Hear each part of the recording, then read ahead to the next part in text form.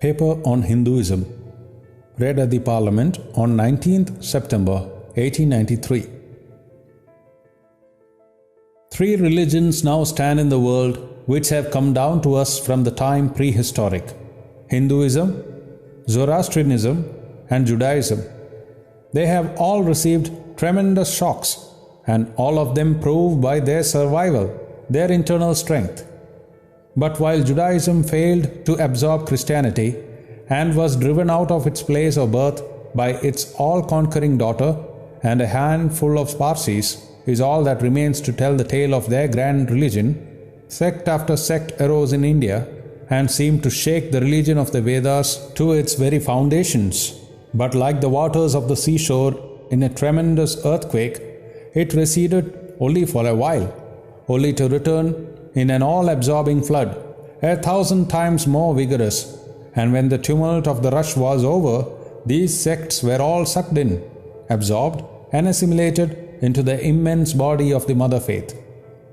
From the high spiritual flights of the Vedanta philosophy, of which the latest discoveries of science seem like echoes, to the low ideas of idolatry with its multifarious mythology, the agnosticism of the Buddhists and the atheism of the Jains, each and all have a place in the Hindu's religion. Where then the question arises, where is the common center to which all these widely diverging radii converge?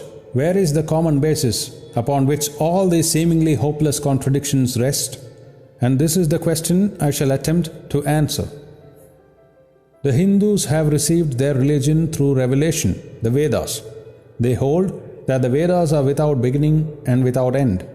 It may sound ludicrous to this audience how a book can be without beginning or end, but by the Vedas, no books are meant. They mean the accumulated treasury of spiritual laws discovered by different persons in different times. Just as the law of gravitation existed before its discovery, and would exist if all humanity forgot it, so is it with the laws that govern the spiritual world. The moral, ethical, and spiritual relations between soul, and between individual spirits and the Father of all spirits were there before their discovery, and would remain even if we forgot them. The discoverers of these laws are called rishis, and we honor them as perfected beings. I am glad to tell this audience that some of the very greatest of them were women.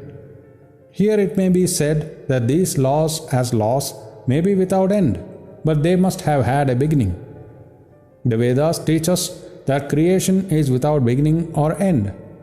Science is said to have proved that the sum total of cosmic energy is always the same. Then, if there was a time when nothing existed, where was all this manifested energy? Some say it was in a potential form in God. In that case, God is sometimes potential and sometimes kinetic, which would make him mutable. Everything mutable is a compound, and everything compound must undergo that change which is called destruction. So God would die, which is absurd. Therefore, there never was a time when there was no creation. If I may be allowed to use a simile, creation and creator are 2 lines, without beginning and without end, running parallel to each other. God is the ever-active providence by whose power systems after systems are being evolved out of chaos, made to run for a time and again destroyed. This is what the Brahmin boy repeats every day. The sun and the moon the Lord created like the suns and the moons of previous cycles, and this agrees with modern science. Here I stand, and if I shut my eyes and try to conceive my existence, I. What is the idea before me? The idea of a body. Am I then nothing but a combination of material substances? The Vedas declare, no, I am a spirit living in a body. I am not the body. The body will die, but I shall not die. Here I am in this body. It will fall, but I shall go on living. I had also a past. The soul was not created, for creation means a combination which means a certain future dissolution. If then the soul was created, it must die. Some are born happy, enjoy perfect health, with beautiful body, mental vigor, and all wants supplied. others are born miserable, some are without hands or feet, others again are idiots and only drag on a wretched existence. Why, if they are all created, why does a just and merciful God create one happy and another unhappy? Why is He so partial? Nor would it mend matters in the least to hold that those who are miserable in this life will be happy in a future one. Why should a man be miserable even here in the reign of a just and merciful God? In the second place, the idea of a creator God does not explain the anomaly, but simply expresses the cruel fiat of an all-powerful being. There must have been causes, then, before his birth, to make a man miserable or happy, and those were his past actions. Are not all the tendencies of the mind and the body accounted for by inherited aptitude? Here are two parallel lines of existence, one of the mind, the other of matter. If matter and its transformations answer for all that we have, there is no necessity for supposing the existence of a soul. But it cannot be proved that thought has been evolved out of matter, and if a philosophical monism is inevitable, spiritual monism is certainly logical and no less desirable than a materialistic monism. But neither of these is necessary here. We cannot deny that bodies acquire certain tendencies from heredity, but those tendencies only mean the physical configuration through which a peculiar mind alone can act in a peculiar way. There are other tendencies peculiar to a soul caused by his past actions, and a soul with a certain tendency would, by the laws of affinity, take birth in a body which is the fittest instrument for the display of that tendency. This is in accord with science, for science wants to explain everything by habit, and habit is got through repetitions. So repetitions are necessary to explain the natural habits of a newborn soul, and since they were not obtained in this present life, they must have come down from past lives. There is another suggestion. Taking all these for granted, how is it that I do not remember anything of my past life? This can be easily explained. I am now speaking English. It is not my mother tongue. In fact, no words of my mother tongue are now present in my consciousness. But let me try to bring them up, and they rush in. That shows that consciousness is only the surface of the mental ocean, and within its depths are stored up all our experiences. Try and struggle, they would come up, and you would be conscious even of your past life. This is direct and demonstrative evidence. Verification is the perfect proof of a theory, and here is the challenge thrown to the world by the rishis. We have discovered the secret by which the very depths of the ocean of memory can be stirred up. Try it, and you would get a complete reminiscence of your past life. So then the Hindu believes that he is a spirit. Him the sword cannot pierce, him the fire cannot burn, him the water cannot melt, him the air cannot dry. The Hindu believes that every soul is a circle, whose circumference is nowhere, but whose center is located in the body, and that death means the change of this center from body to body. Nor is the soul bound by the conditions of matter. In its very essence, it is free, unbounded, holy, pure, and perfect. But somehow or other, it finds itself tied down to matter, and thinks of itself as matter. Why should the free, perfect, and pure being be thus under the thraldom of matter, is the next question. How can the perfect soul be deluded into the belief that it is imperfect? We have been told that the Hindus shirk the question and say that no such question can be there. Some thinkers want to answer it by posting one or more quasi-perfect beings and use big scientific names to fill up the gap. But naming is not explaining. The question remains the same. How can the perfect become the quasi-perfect? How can the pure, the absolute, change even a microscopic particle of its nature? But the Hindu is sincere. He does not want to take shelter under sophistry. He is brave enough to face the question in a manly fashion. And his answer is, I do not know. I do not know how the perfect being, the soul, came to think of itself as imperfect, as joined to and conditioned by matter. But the fact is a fact for all that. It is a fact in everybody's consciousness that one thinks of oneself as the body. The Hindu does not attempt to explain why one thinks one is the body. the answer that it is the will of God is no explanation. This is nothing more than what the Hindu says, I do not know. Well then, the human soul is eternal and immortal, perfect and infinite, and death means only a change of center from one body to another. The present is determined by our past actions and the future by the present. The soul will go on evolving up or reverting back from birth to birth and death to death. But here is another question. Is man a tiny boat in a tempest, raised one moment on the foamy crest of a billow and dashed down into a yawning chasm the next, rolling to and fro at the mercy of good and bad actions, a powerless, helpless wreck in an ever-raging, ever-rushing, uncompromising current of cause and effect, a little moth placed under the wheel of causation, which rolls on crushing everything in its way, and waits not for the widow's tears or the orphan's cry? The heart sings at the idea, yet this is the law of nature. Is there no hope? Is there no escape? Was the cry that went up from the bottom of the heart of despair. It reached the throne of mercy, and words of hope and consolation came down and inspired a Vedic sage, and he stood up before the world and in triumphant voice proclaimed the glad tidings. Hear, ye children of immortal bliss, even ye that reside in higher spheres. I have found the Ancient One who is beyond all darkness, all delusion. Knowing Him alone, you shall be saved from death over again. Children of immortal bliss, what a sweet, what a hopeful name. Allow me to call you, brethren, by that sweet name. Heirs of immortal bliss. Yeah, the Hindu refuses to call you sinners. You are the children of God, the sharers of immortal bliss, holy and perfect beings. Ye divinities on earth, sinners, it is a sin to call a man so. It is a standing libel on human nature. Come up, O lions, and shake off the delusion that you are sheep. You are souls immortal, spirits free, blessed and eternal. You are not matter. You are not bodies. Matter is your servant, not you the servant of matter.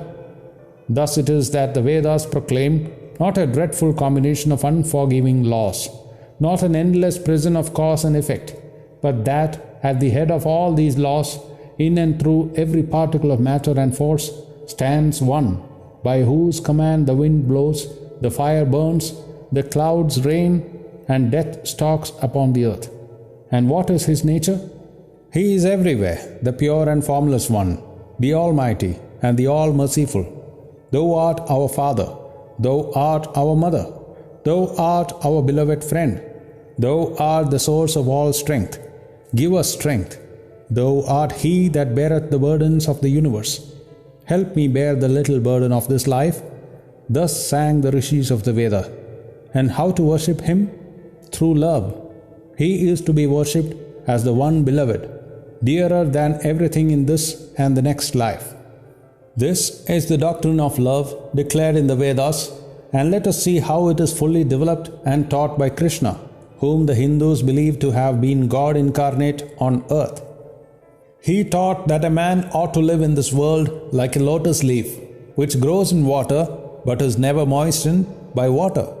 So a man ought to live in the world, his heart to God and his hands to work. It is good to love God for hope of reward in this or the next life, but it is better to love God for love's sake. And the prayer goes, Lord, I do not want wealth, nor children, nor learning. If it be Thy will, I shall go from birth to birth, but grant me this, that I may love Thee without the hope of reward. Love unselfishly, for love's sake. One of the disciples of Krishna, the then Emperor of India, was driven from his kingdom by his enemies and had to take shelter with his queen in a forest in the Himalayas. And there one day the queen asked him how it was that he, the most virtuous of men, should suffer so much misery.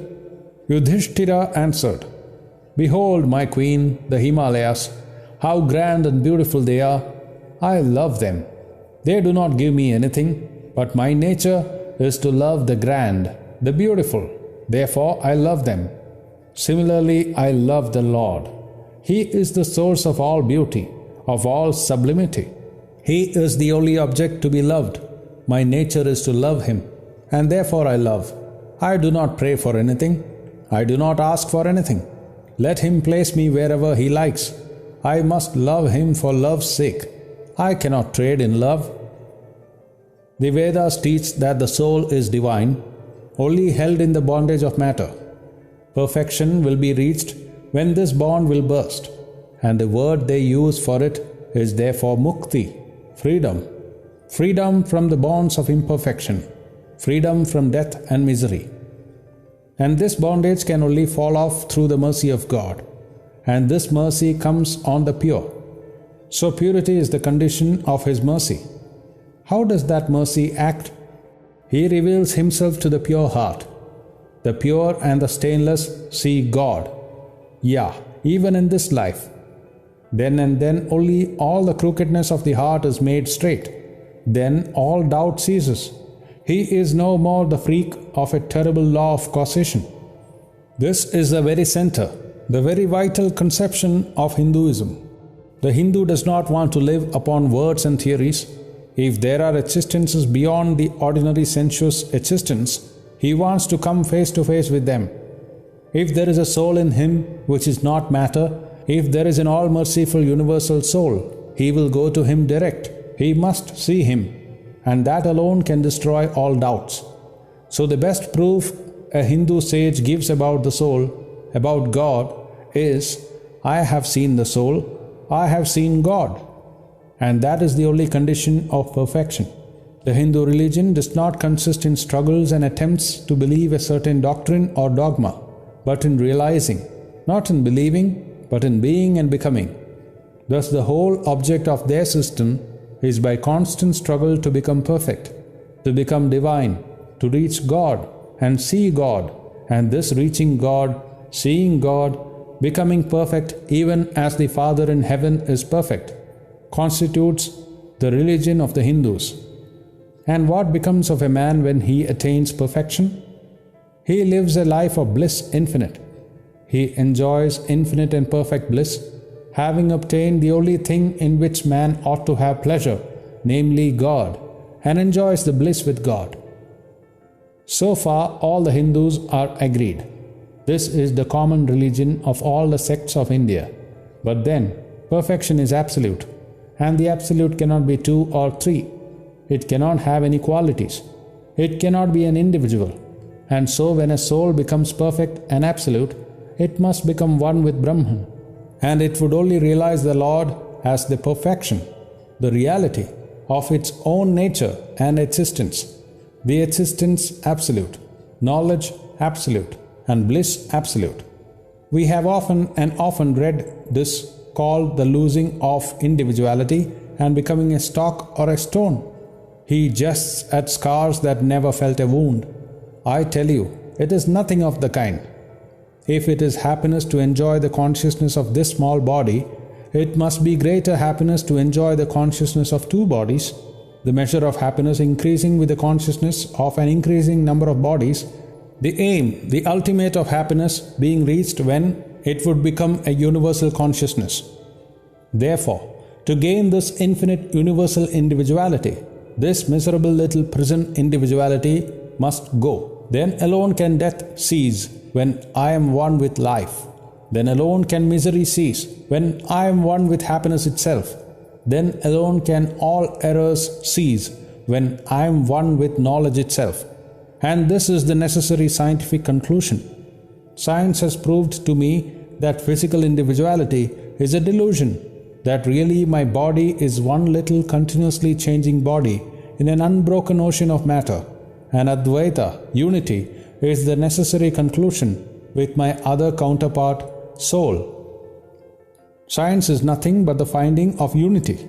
As soon as science would reach perfect unity, it would stop from further progress, because it would reach the goal. Thus chemistry could not progress further when it would discover one element out of which all others could be made. Physics would stop when it would be able to fulfill its services in discovering one energy of which all the others are but manifestations. and the science of religion become perfect when it would discover Him who is the one life in a universe of death, Him who is the constant basis of an ever-changing world, one who is the only soul of which all souls are but delusive manifestations. Thus is it through multiplicity and duality that the ultimate unity is reached. Religion can go no farther. This is the goal of all science. All science is bound to come to this conclusion in the long run. Manifestation and not creation is the word of science today, and the Hindu is only glad that what he has been cherishing in his bosom for ages is going to be taught in more forcible language and with further light from the latest conclusions of science. Descend we now from the aspirations of philosophy to the religion of the ignorant. At the very outset, I may tell you that there is no polytheism in India.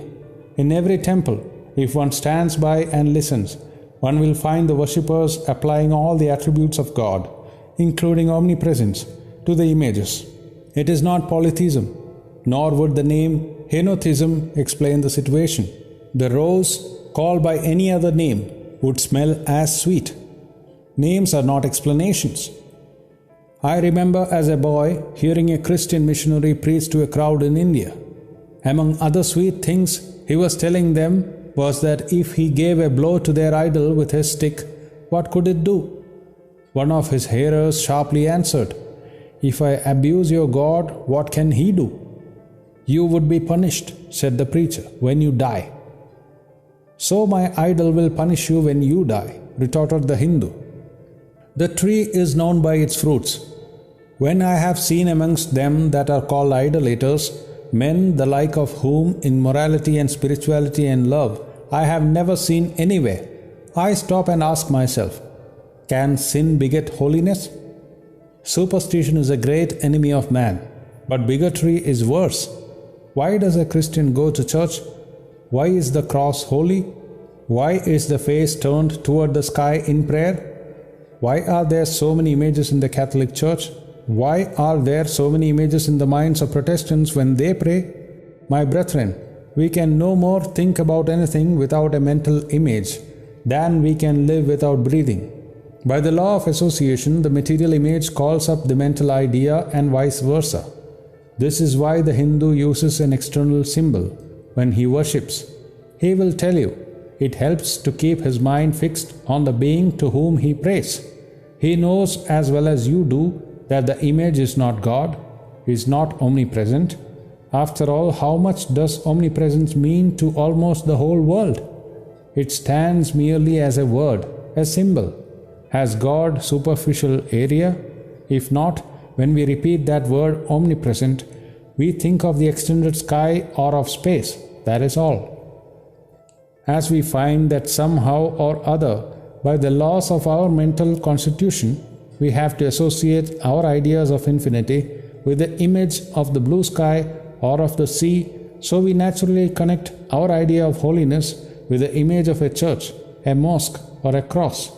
The Hindus have associated the ideas of holiness, purity, truth, omnipresence, and such other ideas with different images and forms, but with this difference that while some people devote their whole lives to their idol of a church and never rise higher, because with them religion means an intellectual assent to certain doctrines and doing good to their fellows, the whole religion of the Hindu is centered in realization. Man is to become divine by realizing the divine.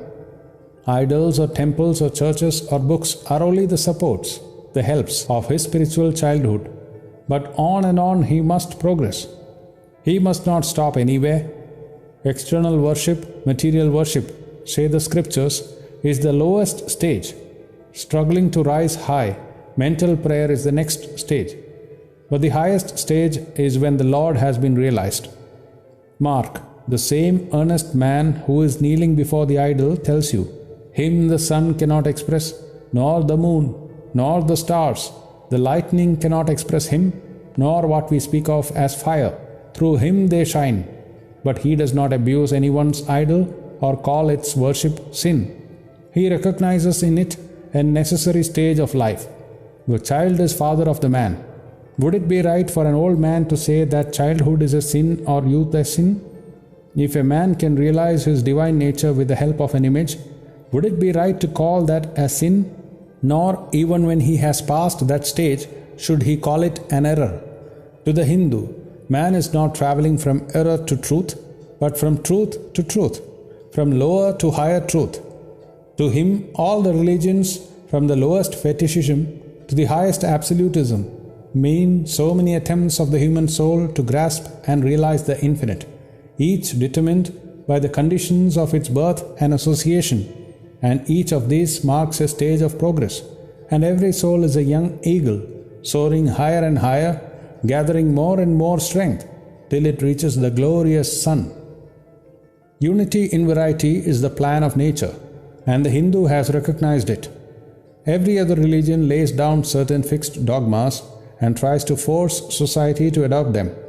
It places before society only one coat which must fit Jack and John and Henry all alike. If it does not fit John or Henry, he must go without a coat to cover his body.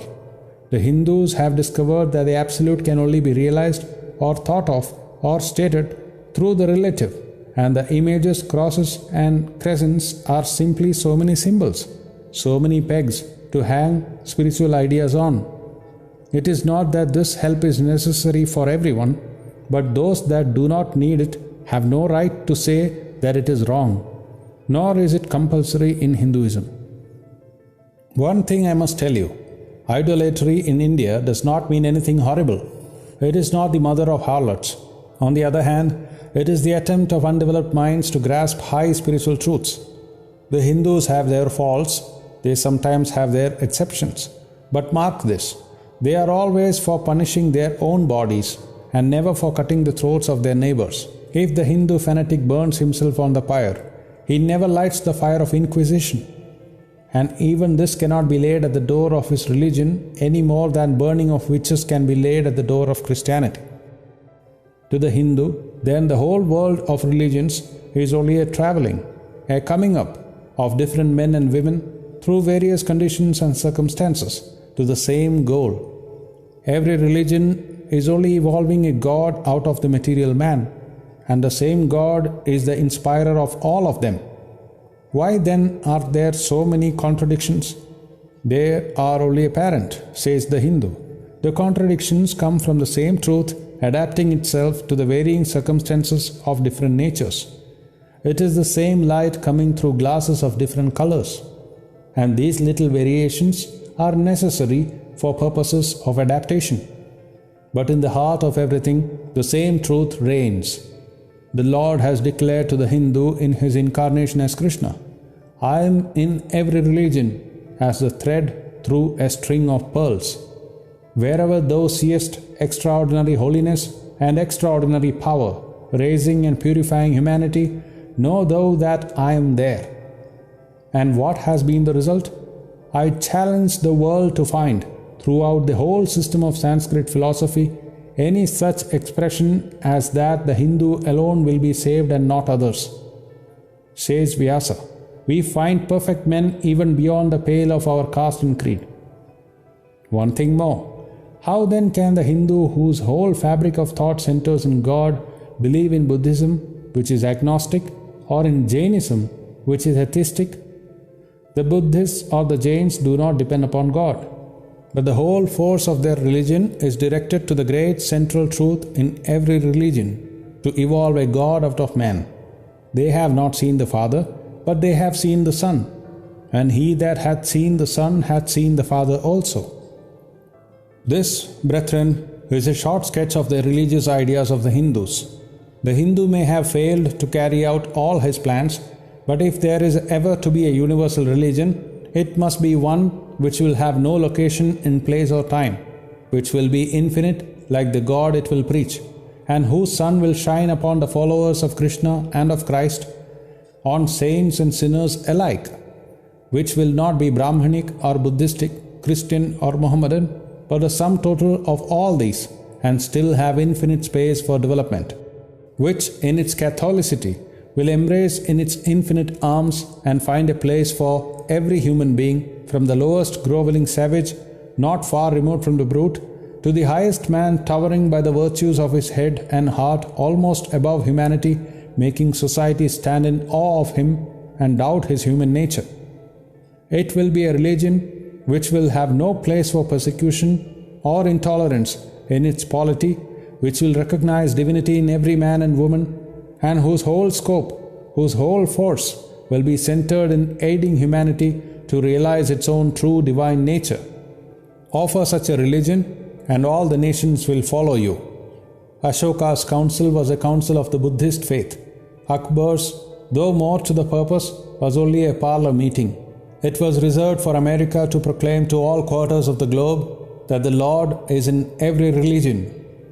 May He, who is the Brahman of the Hindus, the Ahura Mazda of the Zoroastrians, the Buddha of the Buddhists, the Jehovah of the Jews, the Father in heaven of the Christians, give strength to you to carry out your noble idea.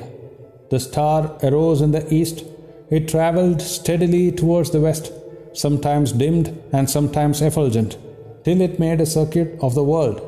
And now it is again rising on the very horizon of the east, the borders of the sand pole, 1,000-fold more effulgent than it ever was before. Footnote: Sanpo is a Tibetan name for the Brahmaputra river. Hail Columbia, motherland of liberty! It has been given to thee, who never dipped her hand in a neighbor's blood, who never found out that the shortest way of becoming rich was by robbing one's neighbors. It has been given to thee to march at the vanguard of civilization with the flag of harmony.